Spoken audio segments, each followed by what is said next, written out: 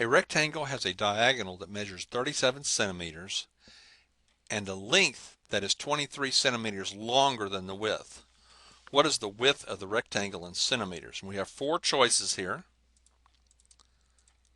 Okay, so we have our rectangle. The width of the rectangle is x, the unknown, and 23 longer than that would be the length. So you're going to add 23.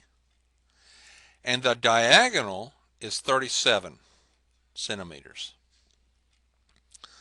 So really what we have is a triangle, don't we? A Pythagorean theorem triangle, because you're dealing with a right triangle. The Pythagorean theorem says that x squared plus this bottom part squared is the 37 squared. Okay? Now square x squared. Square this, you're going to have x squared plus 46x plus 23 times 23. And that equals 37 times 37. Okay? So that you end up with 2x squared.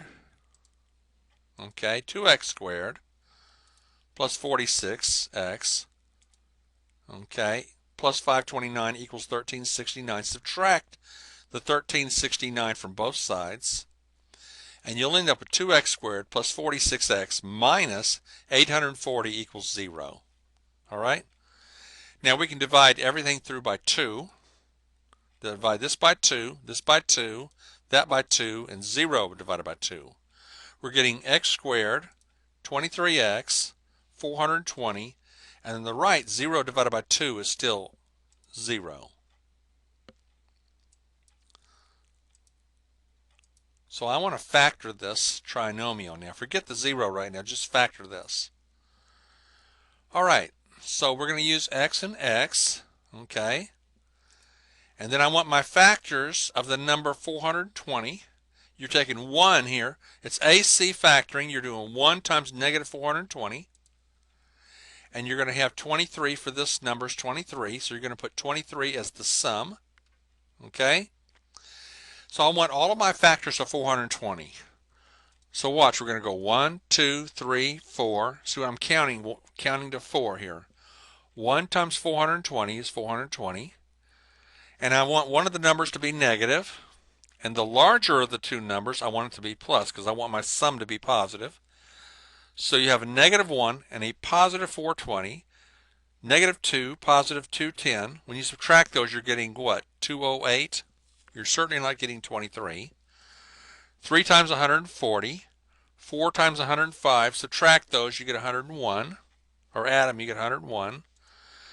5 times 84. We're still not at 23, are we? 5 times 84 is 420. 6 times 70 and 7 times 60. 8 doesn't go and 9 doesn't go. But notice we have 10 times 42 is 420. And when you add these, we're getting closer to what? Closer to the 23, aren't we? Here, when you add these, you got what? 64, and then what? 53, then 32. There it is. 35 minus 12. 35 minus 12 is 23. That's the two numbers. Of course, you have 20 and 21. If I had a 1 right there, I'd be using these two. But because I have a 23, when you subtract these, when you add these, you're going to get 23. So fill in the numbers. Fill in the numbers. So this is my factored form of this trinomial. Here x times x is x. We don't need to throw away any numbers. So this equals 0 now. Okay. This equals 0. So x then, x plus 35 is 0, or x minus 12 is 0.